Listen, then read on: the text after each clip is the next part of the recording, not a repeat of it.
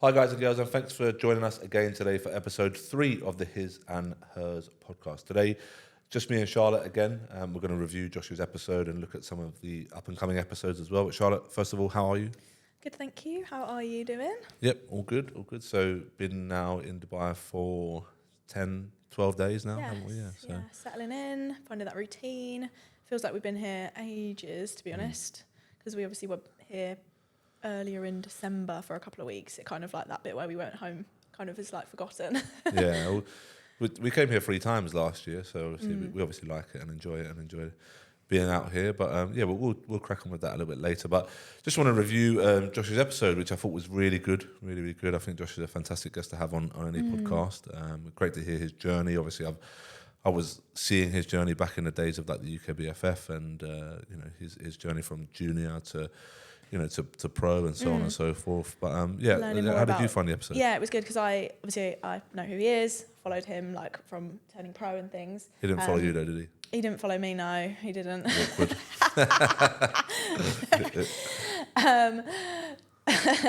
But obviously learned a bit more about the business side of things for him and like how 1MR came about, and that was really interesting, and his background in like sports. I didn't actually know that he went to Loughborough Uni. My brother went there.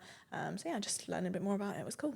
Yeah, for sure. And I think some of the take-home things that viewers and listeners can look at here is how long it's taken him to build that business and how long it's taken him to build that physique. And it is all like bit by bit. Like, he went down, like if you look at his physique, he went down the untested route for, the unassisted route for a long time and built that framework and built the physique and, had not a lot of setbacks, but setbacks on the way where he probably thought, okay, I'm going to go and get a card here, didn't get it, went back, built again, thought I'm going to go and get a card here, didn't get it, and then obviously then went and achieved that goal. And then obviously then in the pro ranks as well, like starting again from the bottom and building that way up and having disappointing results and not throwing the towel in and not being like, right, this ain't for me, and coming back and doing better and better and better. And I think that's really, really useful for a physique standpoint, but also, his business, the same thing as well. You can apply a lot of that to it, like a lot of bodybuilding skills that you gain from being a good bodybuilder, you can apply to lots of other aspects of your life in business, relationships. So it like trickles its way down, doesn't it, for sure? Yeah, absolutely. Yeah, and just seeing how he, had that business acumen from the start, but almost unknowingly, not like going, right, I'm going to buy 1,000 hoodies. He started at a small quantity, 50, see how they sold, see how they done. I think he said they'd done 20,000 sets of cuffs as well now. Something mad like that, yeah. Which is crazy. Crazy. Which is crazy. So think about 20,000 sets of cuffs is absolutely crazy. And that's obviously everything on top of that as well, the wrist straps, the jumpers, the T-shirts. The hip thrust pad, that's that's the first one that I had seen of that kind. Yeah. And obviously it's not really something that you're using in the gym, but for a girl, that is like real game changer with that. It's good product. Yeah, for sure. I haven't actually seen that used as widely as what I think it should be used. I would think that like every gym should have one. Like we have 2, I think, at LRF in Ashford. I think there's one at Herne Bay. I'm not sure about the Medway gym, but at the Muscle Hut gyms, I've made sure there are a couple, and I just can't see why someone wouldn't. Even like it's not £100, but even if it was £100 quid, you think you'd buy that and you use that forever, wouldn't you? Yeah. It makes such a difference compared to the previous model version of those kind of things. It's completely different. So yeah, absolutely. And got Mark Coles on next week's podcast as well, which is good. Yeah. Mark was probably was my first ever business mentor, and it's the only ever business mentor I've actually used. I haven't used him for a while, but he really helped me when, like, I didn't have any coaches working for me. I only had one gym. Was very much reluctant to delegate anything. Like, I didn't want to delegate anything. It was this me, and this is my business, and I'm not trusting anybody with anything. It helped me open up my mindset with that. Helped me become a lot more humble in my own journey as well. The reason I actually chose him as a mentor was because he had been there and done the things that I wanted to do. And I remember on the first day of his course, I actually applied for his course, and he said, well, you're far too overqualified. I remember you telling me that, He said, this. like, why are you applying? Yeah. But you wanted to, like, reverse engineer kind of what you had done, didn't you? Yeah, absolutely. At the time, I'd applied for his course. We were I think the gym maybe had like 600 members. I had 125, 150 clients. And I almost went in for an entry level course. Because as well, also, I'll be honest, I was a bit naive in what I was applying for, but I knew that I wanted to teach people how to open businesses and how to become online coaches and stuff like that. And I was always open and honest with them about that. And I remember on the first day of the course, we all have to stand there. I was late, actually. I was late for the course, and everybody was there, and like it was a full classroom. It must have been 15 people there. It must have been 15 people around this table. Started at 9:30. It was in London. I thought, I'll drive. And it was in central London, and I was in Ashford. And I looked at it on like a Sunday. Remember looking at it like the day before. It was on a Monday, I think. And the day before, I looked at it on a Sunday, and it said an hour drive. But obviously, it was a Sunday, so there's no traffic. And I was like, oh sweet, I'll leave. Easy. I thought, cool, I'll give myself an hour and a half. But didn't realise, obviously, Monday morning traffic kicked in, and Monday morning traffic kicked in. It took me like 2.5 hours. I was like 45 minutes late for the course. I knew some people on the course as well, like just through bodybuilding, but they weren't coaches. And on the first day we had to say who we are and what we'd done and what we're looking to get out of the course. And I remember saying on that course, on that presentation, they said, in 6 to 8 months' time, I want to be standing where Mark is, and I want to be presenting these courses. And that was it's great for him to take me on because I was going to be a competitor of his, and it was really, really, and he wasn't intimidated by that. He wasn't worried about that. I'm not Mark Coles and he's not Rob Whitfield. So, we're two completely different people, two completely different markets. But yeah, I learned a lot from that course. After that course, that was a 6-month course. I did a few one-to-ones with Mark as well. And all the way probably till around about, I know it's 2024 now, so around about 2022, I used him as my business mentor, and he's the only sort of business mentor that I actually used through that whole period of time. And in that period of time, that we doubled the gyms. Obviously, we had another gym. We doubled the amount of members that were at the gym. We started taking on coaches as well. Started having other coaches work for us as well. And I lowered my client base from 125 people or whatever it was to 75, and I've actually held at that since. And whenever I do have an influx of clients, I will bring on another coach and delegate those clients out. So Mark's a great business mentor. He was a fantastic business mentor for me and helped me massively. So I'm really looking forward to that episode as well, and digging into his knowledge as well, because he was a fantastic help for me. So. Yeah, so talking a bit more now about Dubai, obviously, as I say, we went here 3 times last year. We sort of realised at that point that we wanted to move out here. Describing it to people, let's start, how would you describe it to people to start with? Yeah, so it's a very nice way of living. I don't know, I always say about it, but I like the time zone difference. I find for me, this works really well in terms of my workload for my morning work. I can get up, do that, reply to all my clients before they've even woken up. So I like that. They wake up and they know exactly what they're doing. If they've got changes, if they haven't, if we need to talk a bit further, catch up a little bit more later than we can, but they've already got like the initial response from me, like as soon as they wake up. Then in that time, I've replied to them all, got on with my morning routine, gone to my cardio, and coming back. So I like that time difference. Obviously the weather is very, very nice, to not be dealing with cold, rainy weather. And just like a cool city to, be living in, and lots of new experiences to go through. So Yeah, no, for sure. I think I remember describing it to people when we were back during Christmas. So for those who don't know, is that we purchased this house in maybe like September, October time, but we didn't come out here until December. The people that were living in the house had their house fall through or something, and we were in no immediate rush to get out here. We had shows, we had a lot of busy time at the gym. There was a transition period in the gym as well, where it was changing over ownership. So we were in no rush to get out here. So we gave them 2 months where they could stay in the house at a subsidised rent, because they had obviously had the misfortune of their house falling through. So we said, okay, well, we're going to book our flight for, I think, the 25th of November, I think it was, maybe 20... something like that. Yeah, 25th, 26th of November. For those who don't know, I was still working full-time as well, like in construction, and my construction job finished on that same day. I actually worked all the way till the day before we went away. And then we said, right, this is the date we're going to move out here. So we moved out here on that day. We didn't take the dog with us the first time.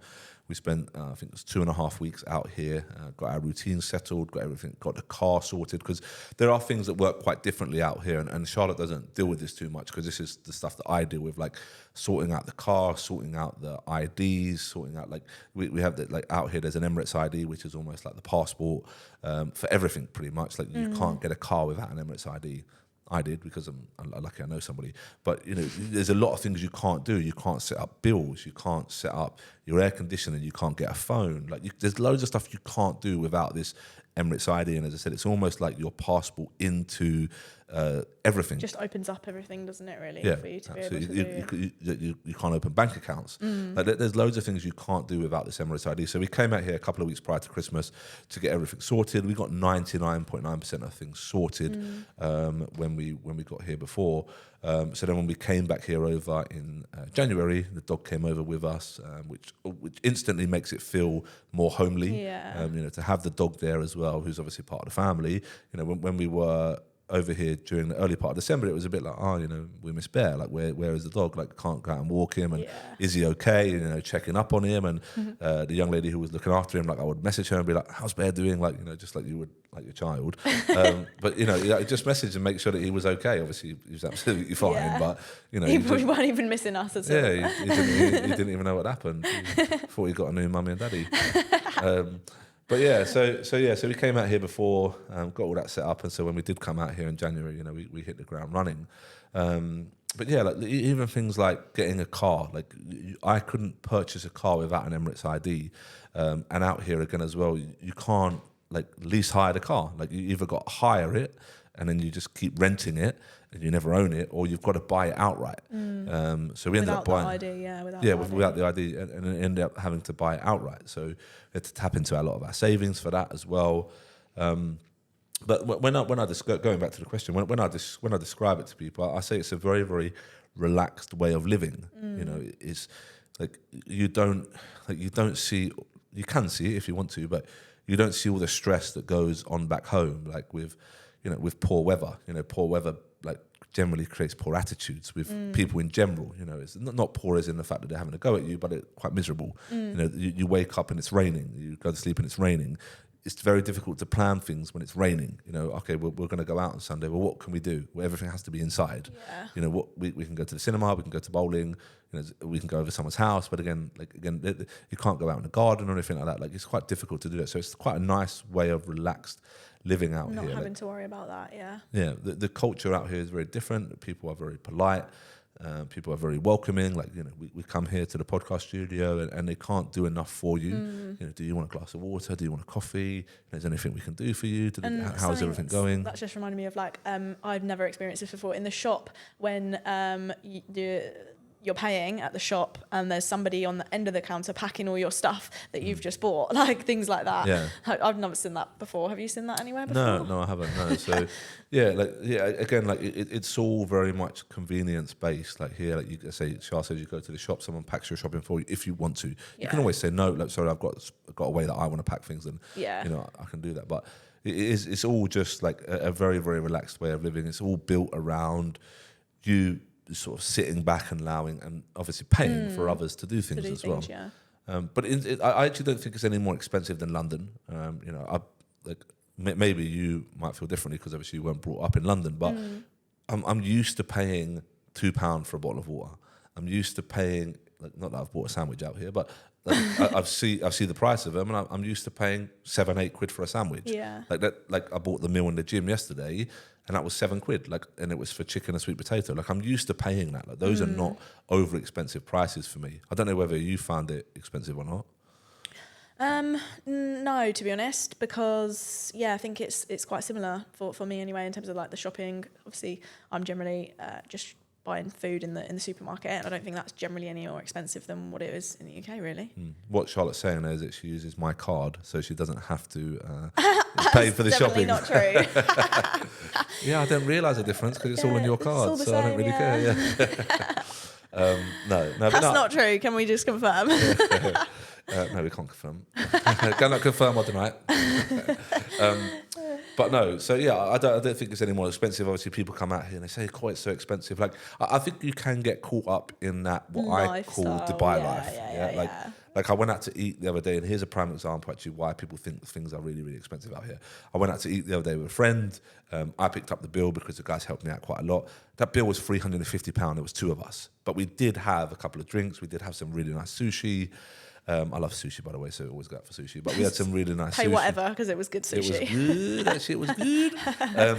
But yeah, so and that cost me 350 quid. But again, in London, it probably would still cost me 250 quid. And as well, like what you like leaving out of that is like that amazing view of the marina. Yeah, like, yeah. and obviously that does go towards it. Like It comes at a cost, yeah. Of course it does. Of course it comes at a cost. You're not just sat in like a box room, like you're looking out on this beautiful view of like Dubai Marina at night. Like, Absolutely. And that adds to it. Yeah, and the thing is, like, this is where I'll go back to, you know, the Dubai life is that people are going to get caught up in that. People going that's just for two of us. Yeah. Imagine somebody took two of their friends out or a group of their friends out. That's £1,000.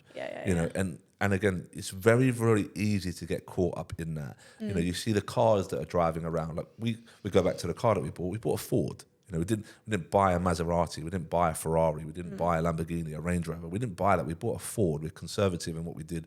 One, because people drive like absolute crazy people out here, men. and eventually, I'm sure that car's going to get hit somewhere somehow. But you know, you can get caught up in that. You see all the nice cars, and you think, oh, I've got to fit in with the Joneses. I've got to buy that Ferrari. I've got to buy that Lamborghini. I've got to, you know, if you're not buying it, you're renting it. You know what I mean? Because a lot of people out here ain't buying it, they're renting it. You know, they look at the houses, and again, this is, again, using us as an example, we live further away than pretty much all the other British people out here, you know, because not because they're showing off and not because they're living in these areas. It is where they live is a community-based area, but we live further away so we can get a bit more value for money. You know, we have a 3-bedroom house out here. There's only 2 of us, but we've got to have an area for, you know, doing our check-ins. We've got to do an area for work. We've got to have a reasonably big size house because of the dog. You know, we can't, you know, have the dog living on top of us. In an apartment. You know, and what we paid for that is what other people would pay for, like a 1-bedroom in the marina. In like a more built up area. So yeah, people do get caught up in that, and they go and they see the marina. They say, right, I want to stay by the marina. I want to live the Dubai life. But I think that's where people like actually get caught up in the more expensive things. Is that they go out for eat all the time. They're living in the nicest 10 out of 10 place, which obviously is amazing, but it's not sustainable. As well, like obviously if you're here and you're coming for a holiday, it's very different to if you're here and you're living here. Like if you are here, you are going to probably go out for dinner every night, and you are going to go out drinking, you are going to go out and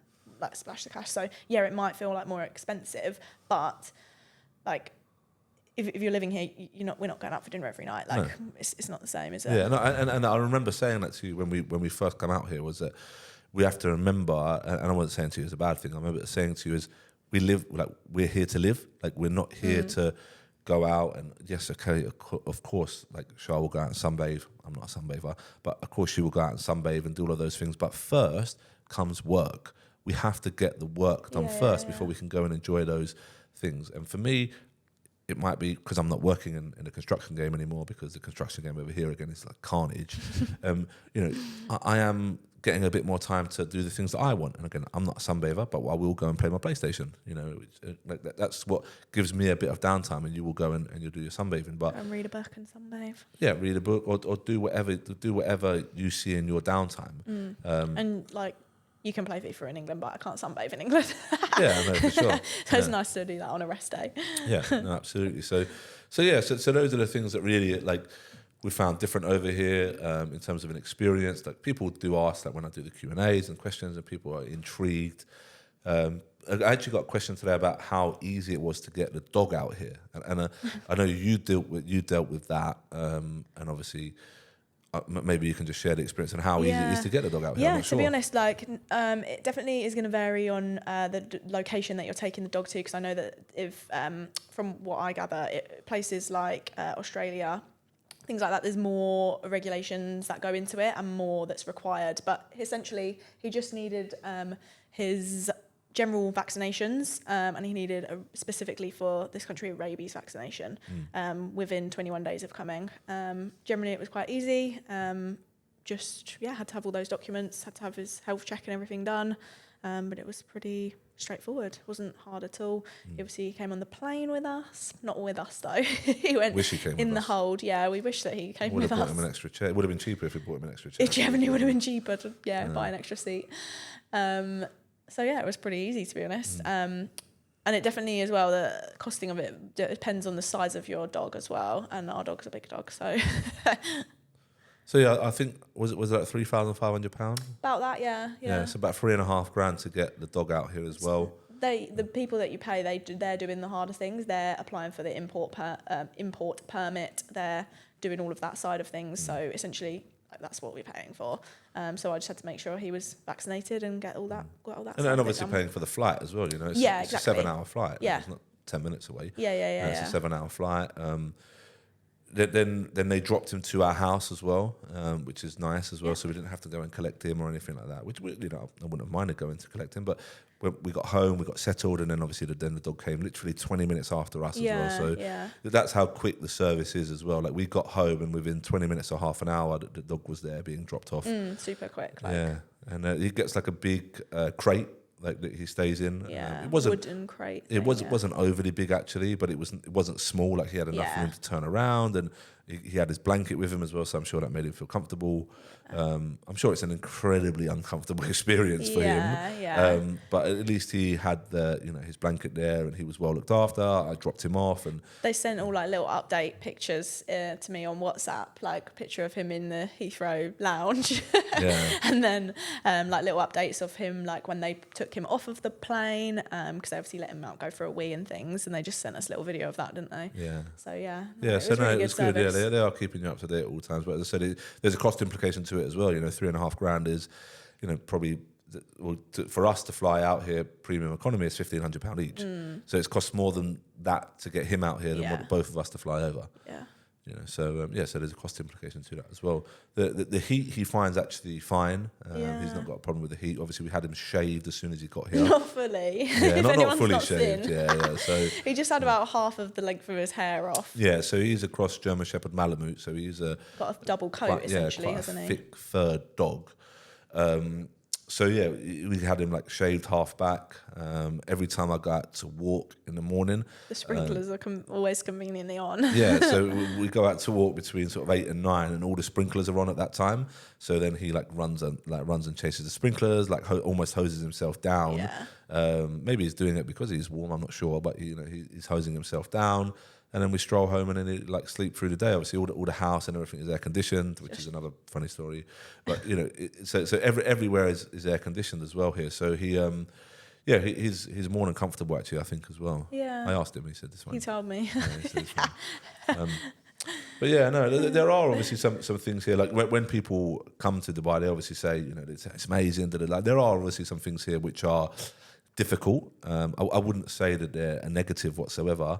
But one of the things I notice a lot different is the driving. Like you have to be a very confident driver to drive out here. Like you won't drive out here. No, I just drive around our little complex essentially, which is just like one-way road. So there's 2 lanes, and I feel more comfortable driving there. Yeah, I did drive the other day, but yeah, it definitely just take a bit of building that up. Yeah, and what I mean by that is that you'll have 7-lane motorways, 8-lane motorways. I think one of them might even be 9 lanes. So you've got these huge motorways, and even if you're in the middle lane and you're overtaking people will still sit right up your backside. I mean, bumper to bumper close, doing 80, 90 miles an hour, and they will be touch tight to your bumper, flashing.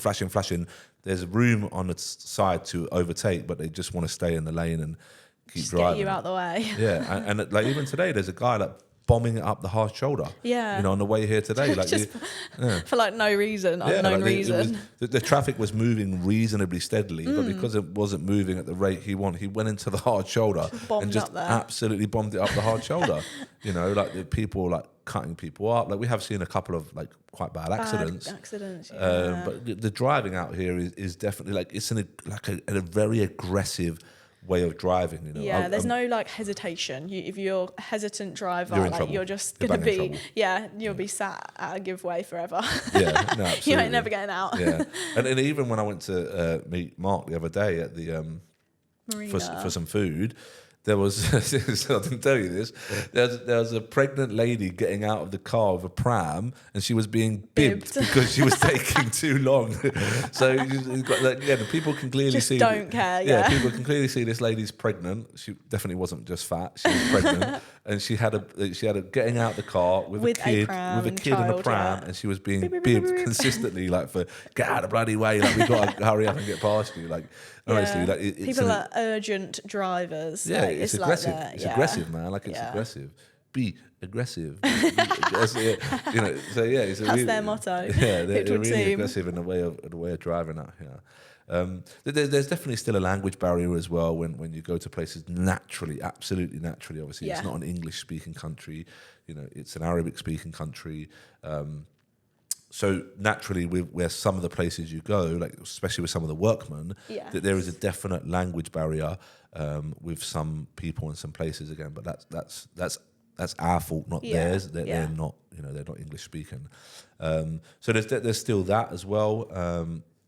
People think Dubai is a very, very fast-paced place as well, and in some cases it is, but in some cases also still incredibly slow. Like, with some things, like trying to get like the cooker fixed and trying to get like the washing machine fixed, and it's taken us. We haven't had any air conditioning until now, pretty much.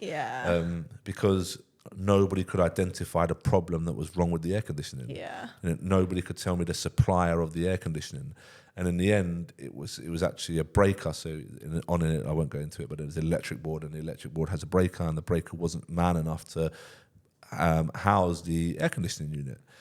So we needed to change the breaker. But again, it took time for that. It's taken 10 days to figure that out. And the water, when we first come out, that took forever. They were like, oh, it's going to be fixed. Like, we had no running water for maybe, I don't know how many. Couple of days, yeah.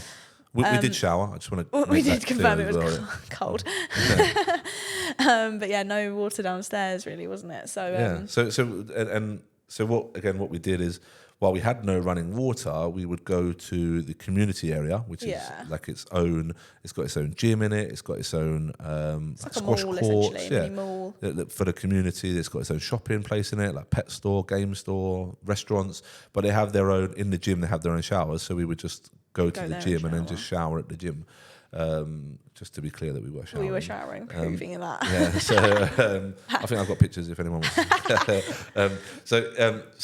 We would do that, because over here again it's a little bit different. If you're not paying your bills, which we didn't know we had to register for prior to coming out here, they just shut it off. You're not in paying. England, it's just like they carry it on and you get a big old bill at the end, and they finally hunt you down. But no, they just shut it off, and you got nothing. You turn the tap on and just nothing coming out. Yeah, you've got literally nothing. You don't pay your electric bill, bang, electric's cut off. You don't pay your water bill, bang, water's cut off. Like there's no joke. Like they don't care that you're sitting in the dark and you've got no water and you've got no food and you've got no nothing. They don't care. You're not paying your bill, bang, you're cut off. Whereas I said, like, over in the UK, like Char was saying, like they literally just top your bill up. Bailiff comes and knocks on the door. Hey mate, you owe me £6,000 or whatever it is. Yeah. But here you just cut off, and then you have like, and again, it's not like they call you or write to you. There's no post out here. Like you don't get post. Yeah, we don't even have a letterbox. No, there's no post whatsoever. So they don't write to you and say, hey mate, your bill's been cut off unless you pay. You have to then go and find the supplier, right? Who's the supplier of my electric? And imagine trying to find that in the UK. Is it Eon, Empower, Northwestern Electric? Again, you have to then find your own supplier. Same thing over here. Who is our supplier? Let's call them up. Let's set up an account. Otherwise, bang, again, you're without that power and you're without that electric. So that's another thing that's quite different over here as well. So yeah, you've got a few obstacles of moving out here. Obviously, like I said, you've got the ID issue as well. Like without an ID, you can't open or do anything. And then obviously maybe we can talk about like how you get the Emirates ID, because you can't just get it. Do you know what I mean? You obviously a process of like applying for a visa and having a visa to get that. Again, with that as well, you're reliant on other people.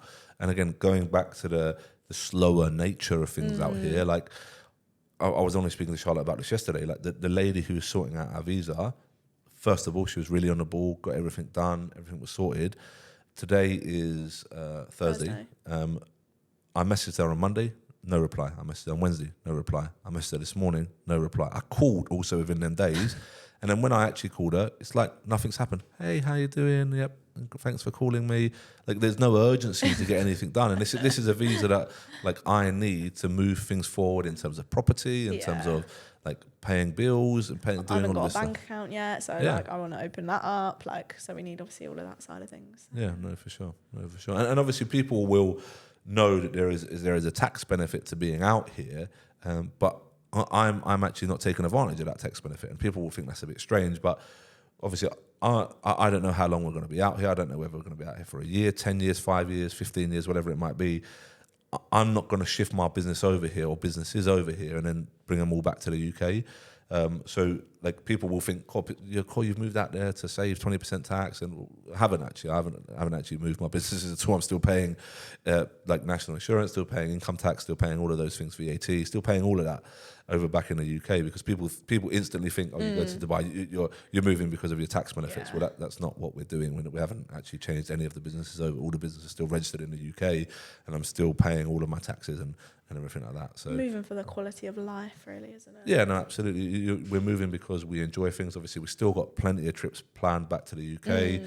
You're coming back in February. Yep. I'm going back in March. We're both coming back in April. Yep. So pretty much every month we'll be back and forth to the UK for shows, to support clients, to check in with people, to see family, and do all of those bits as well. And again, like there's a cost implication to that as well. Like it's not like we are getting all these flights for free. But obviously we've got to pay for all of that. And again, there's a cost expense to being out here as well. But the cost expense is more than covers the quality of the day-to-day life, I think, that we've got when we're out here. Definitely. Yeah, I think that's really, really... Yeah, I think that's a really, really useful point to cover as well. There's so much things that go into moving out here, and so many budgets that we've had to look at and things that we've had to plan. Yeah. In terms of like, we were talking about it the other day, about how different it is in terms of the day-to-day now, because you're not obviously going off to work. So obviously we're working, but we get to spend quite a lot more time together. To your joy. Oh, I love it. No, I love it. It's so good. Really enjoy it, which I enjoy.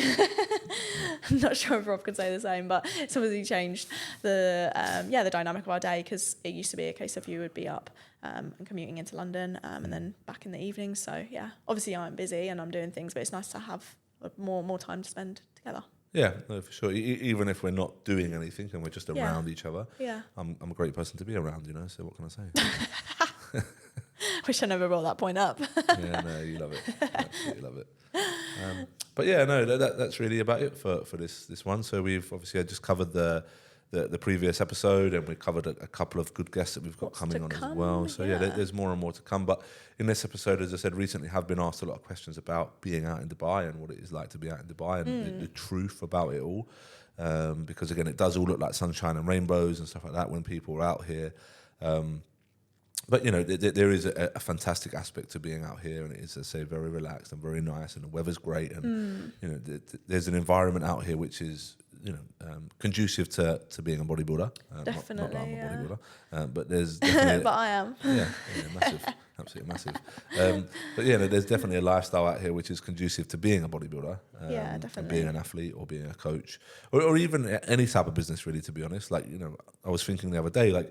The guy who come and fixed our air conditioning, if you are, you don't have to be English, but if you are a good air conditioning engineer and you can speak English and you can get around to people's houses, what a great job that would be. In our cluster alone, there's, we live at number 384, and I think there's 387 houses in our cluster alone, and there's got to be 20 clusters.